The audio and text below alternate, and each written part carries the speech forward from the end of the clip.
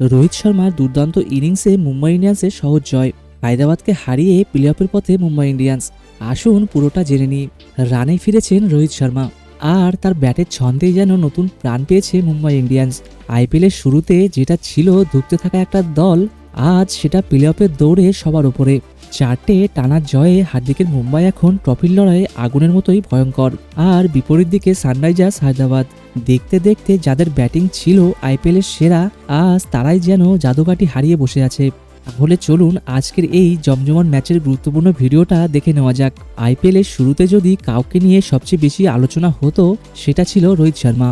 প্রাক্তন অধিনায়কের ব্যাট যখন চুপ থাকে তখন গোটা মুম্বাই শিবিরে ছায়া নেমে আসে। একটা সময় তো মনে হচ্ছিল রোহিতের দিন বুঝি শেষ, কিন্তু কথায় আছে form is temporary, class is permanent. আর হিটম্যান আবারও প্রমাণ করে দেন কিভাবে বড় মঞ্চে ফিরে আসেন। গত ম্যাচে চেন্নাইয়ের বিরুদ্ধে খেলেছিলেন 76 রানের এক অনবদ্য ইনিংস, আর হায়দ্রাবাদের বিরুদ্ধেও সেই একই ছন্দে ব্যাট চালালেন। ফুটওয়ার্ক, টাইমিং, ছক্কা, বাউন্ডারি সেই পুরনো রোহিত সব ফিরে এলো একসঙ্গে। হায়দ্রাবাদ টস হেরে ব্যাট করে তুলেছিল 143 রান। যদিও একটা সময় স্কোরবোর্ড দেখে মনে হচ্ছিল হয়তো 100-র ঘরও পেরোবে না, কিন্তু ক্লাসন আর অভিনব মিলে রানটা কিছুটা টেনে নিয়েছিলেন। তবে জবাবে ব্যাট করতে নেমে শুরুতেই র্যান রিকেলটনের উইকেট হারিয়ে মুম্বাই কিছুটা চাপে পড়ে। তারপর যেটা হলো সেটা ছিল রোহিত শর্মার শো।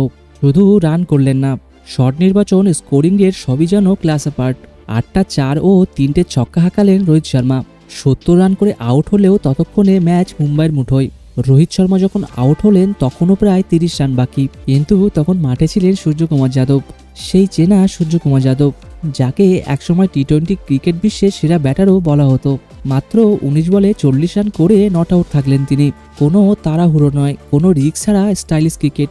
এই ইনিংসটাও দেখিয়ে দিল রোহিত যদি ভিত্তি হন, সূর্য হলেন সেই আলো যিনি জয়কে নিশ্চিত করে। আর সব মিলিয়ে মুম্বাই জয় পেল 26 বল বাকি থাকতে, একেবারে এক পেশে জয়। এই জয়ের পর মুম্বাই উঠে এসেছে পয়েন্ট টেবিলের 3 নম্বরে, যেখানে কিছুদিন আগেই তারা ছিলেন লাস্টে। টানা 4টি জয়। এটা বলে দেয় হার্দিক পান্ডে এবং কোচিং স্টাফ কিভাবে একটা টিমকে তুলে আনতে পারে।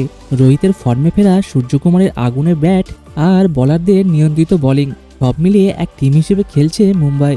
এই মোমেন্টাম যদি তারা ধরে রাখতে পারে তাহলে প্লে অফ তো নয়, আইপিএল টপেও চোখের সামনে।